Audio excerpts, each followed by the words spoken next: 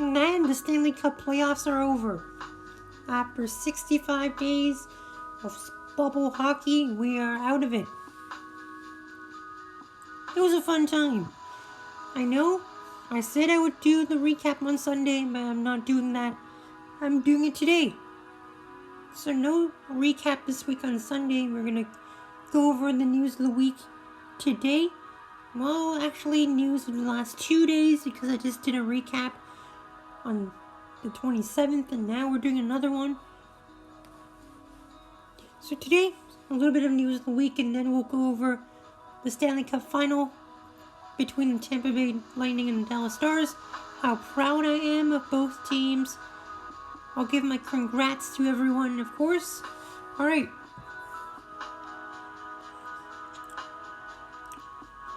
It's been a fun time of hockey, and I'm going to miss it, but it'll come back very soon, I'm sure. Looks like training camp might start in November, but we do have drafts, free agency to look forward to. So it's going to be great.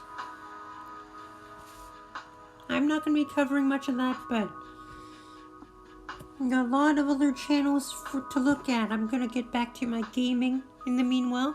So, to all you hockey fans who have subscribed to me, thank you. And I hope you stick around, because I'll get right back to hockey content in the coming months. First of all, I'm going to give my props to the NHL for no positive tests through 9 weeks. Great job on the bubble that the NHL created. All the staff inside the bubble. And here is where I'm not sponsored, but I'm going to plug the NHL's content. I'm going to say that if you haven't watched the episodes, the documentary series Inside the Bubble, I do recommend you go and watch that. It's a pretty good informative series on how the bubble was created and how much work got put into this playoff. They could have easily gone without one and waited till next season, but that wouldn't have been nice. So props to the NHL. No positive tests. They've kept a great bubble, great security, great job to them. Alright, so let's get right into the recap between Tampa Bay and Dallas. I know I've gone over these numbers first 4 games. This is my 3rd time going over it, because I've went over this in the September 13th. September 20th recap, the September 27th recap, and now today. But this is nothing short of spectacular. That's for sure. Alright, so as you know, the Stanley Cup went to Tampa Bay. Congrats to them. They've gone a long way, and with this win, it really changes the outlook toward the Lightning in the playoffs. As you know, they haven't been the most proficient and most dominant in the playoffs. This year, they've proved those haters wrong. Alright, so let's get into the numbers here. Power play for Tampa, 22.7%. I believe they scored 7 power play goals. I think they were like something like 7 for 17 on this series. Great job by Tampa. Dallas on the other end, I believe, were 1 for 18 in their power play in the series, but they ended the playoffs off with 22.4%. Penalty kill for Tampa, 86.1%. Did a great job against the Dallas Stars in this series. But I think the power play was a big factor in this series, and where Tampa Bay able to take it. And Dallas penalty kill 79.6%. Top 3 point getters for Tampa Bay. Nikita Kucherov, 34 points. Most in the league. Great job by him. Braden Point, 33 points. Remember, he missed 2 games with injury, so he probably would have gone more than Kucherov. But he did have 14 goals. Big reason why the Lightning have gone so far. I believe he has 2 overtime winners as well. So great job by Braden Point. Victor Hedman, though, no short of awesome by him. Couldn't make it past Paul Coffey for the league lead by defenseman in scoring, but nonetheless, 22 points and 10 goals for Victor Hedman, and he's the winner of the Conn Smythe Trophy. So great on him, and With the absence of Steven Stamkos, Hedman really took on the task of being the leader of the group. And what a good job he has done. Top 3 point getters for Dallas. Miro Heiskanen, 26 points. What a rookie season he's had. I know he's gotten farther than Quinn Hughes and Cale Makar. So great on Miro Heiskanen.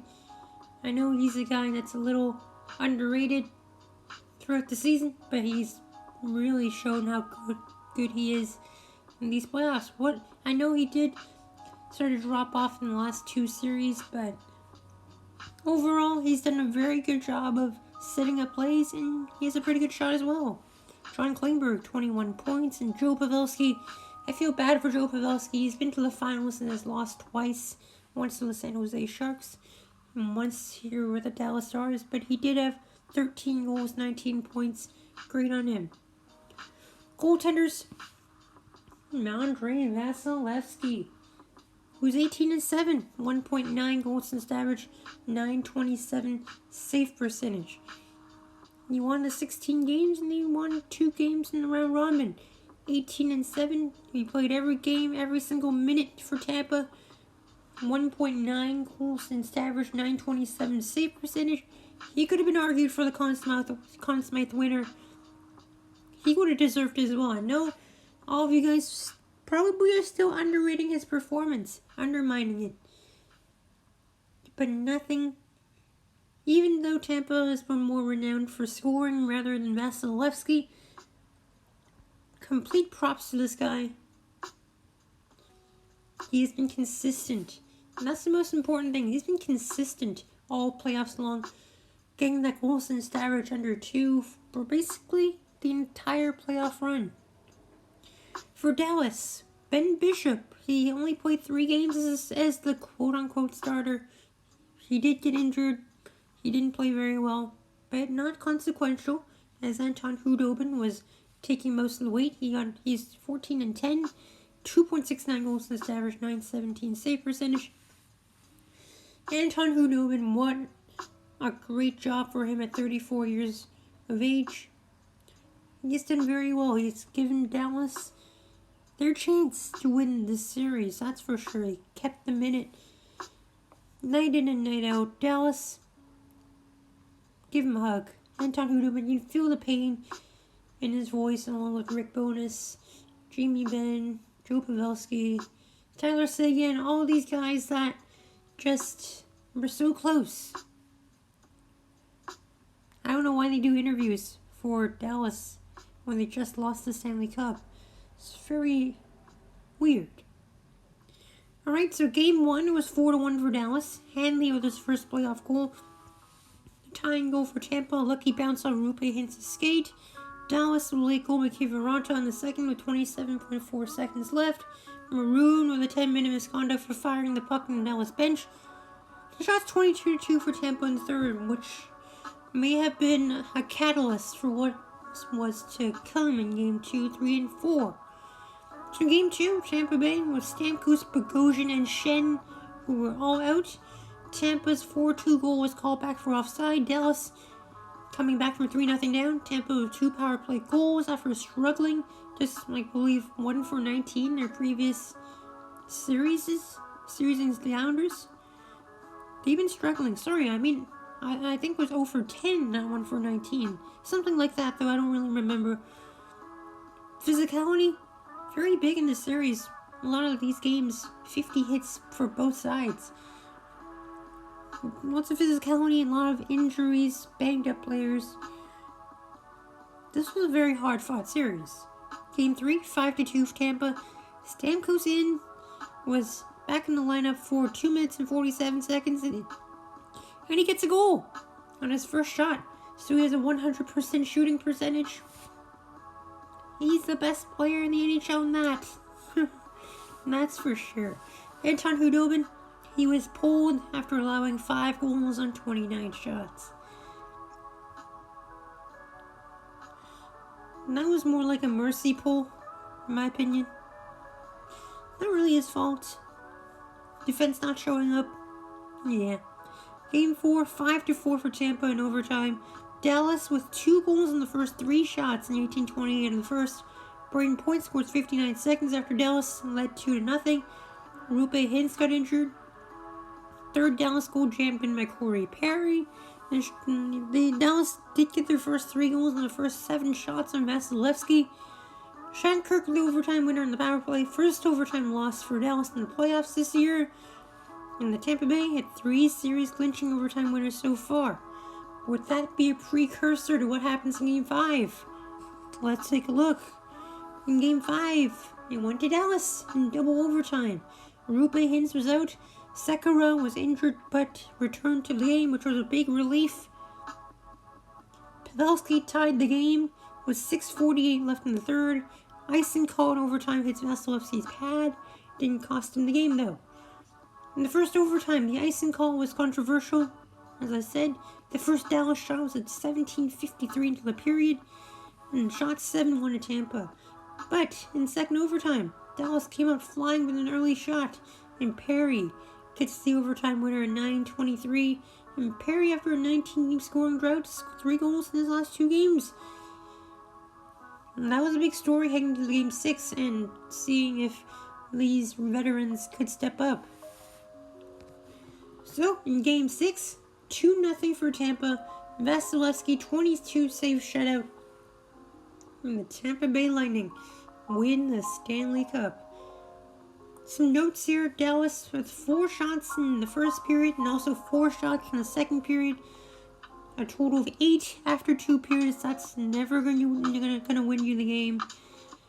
Vasilevsky with a clinching Stanley Cup shutout. Tampa 6-0 following a loss in these playoffs. They don't lose 2 in a row. Hedman with a Conn Smythe. Great job for him, as I said. And then they did it all without Stamkos. Almost. No Bettman boos. Gary Bettman, I'm sure you're gonna appreciate that he didn't get any boos this year. He should have played NBC and Sportsnet. Should have just played like a booing sound effect, because that would have been funny. But no. 65 days without family for these guys who made it this far, and you gotta feel for them. Especially when you come out on the short end of the stick, you gotta feel for them. But this is gonna be historic, and whoever made it far in these playoffs will have a story to tell when they're tens of years' time. Patrick Maroon wins a second straight Stanley Cup in 2 years, the 6th player in history to do such a thing. John Cooper had a very interesting press conference afterwards where they were literally smoking cigars and just having fun, having lighthearted conversations with the reporters. I gotta admire the man, John Cooper. And props to Dallas, beating Calgary, Colorado, and Vegas. And props to Anton Khudobin. Dallas had a great run. Yes, I did predict them to win against Tampa, but that's not the case. My predictions did end up going 10 for 23 for which team would win each series. That's unfortunate. And is this the end of an era for Rick Bowness as he is 65 years old? We'll wonder if he retires. But nonetheless, Rick Bowness, who has been an assistant coach for Tampa for 5 years, Rick Bowness coached his team very well. Taking timeouts at a good moment in every game. Making use of those timeouts, not just in the final minute of the game when your net is empty, but now and always. Dallas, great job. Great job for sure. Alright. Congrats to the Tampa Bay Lightning for winning the Stanley Cup. Stamkos, you guys deserve it. Vasilevsky, Hedman, Kucherov, Braden Point. You guys all deserve it. The choking mentality is over. And props to you guys. Great job. We'll hope to see you soon. Just some advice. Don't win the President's Trophy. Let your foot off the gas. Don't win the President's Trophy. It's a big curse. Then that's the season, folks. It's come to an end after 65 days of bubble hockey, and it's over. No more couch time for you guys. I know you can watch baseball, and how boring is that, am I right? Who would watch something as dogmatic and barbaric as baseball? Maybe I'll watch the Blue Jays, who knows? Hypocritical of me, but who's to blame there? It's sports.